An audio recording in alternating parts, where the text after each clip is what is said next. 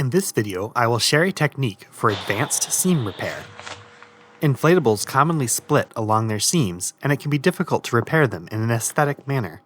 Here, I will show how I repair a seam split by going through the torn hole and patching the inflatable toy from the inside. This results in an almost invisible repair. The Wolf Dog inflatable I show here has a seam beginning to split along the back of its rear left leg.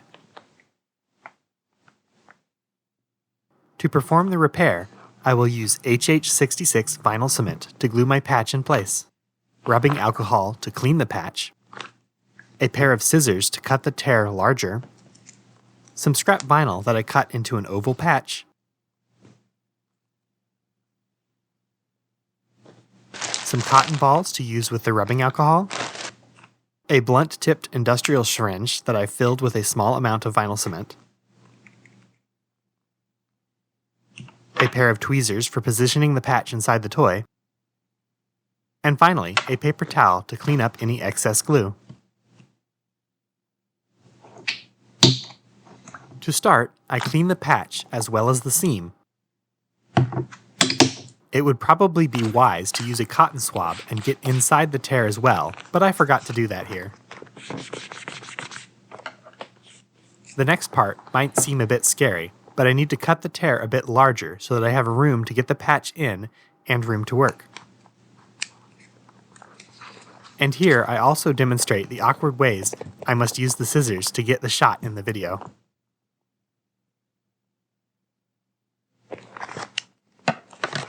The tear should now be big enough to feed the patch through and position it beneath the tear with my green tweezers.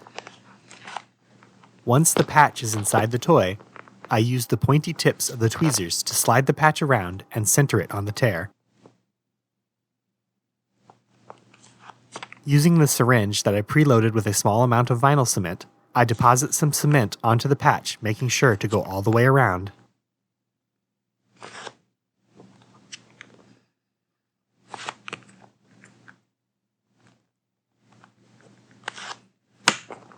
I push the vinyl of the toy down against the glue-covered patch.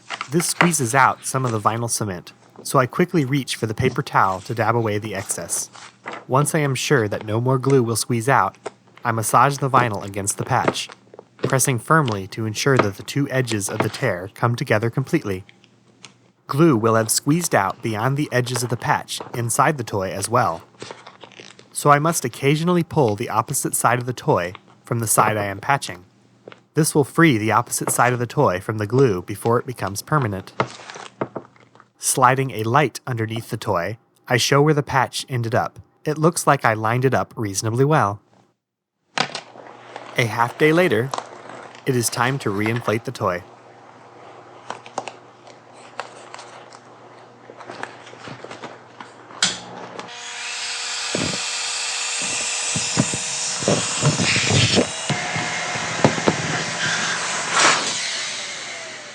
Again, awkwardly reaching around the camera, I show how the repair turned out. It took me 2 takes to do this. I pointed at the wrong spot the first time around. The repair is almost invisible. I hope this tutorial helps you out. Thanks for watching. Please like this video if you found it informative. If you have any questions or suggestions, comment below.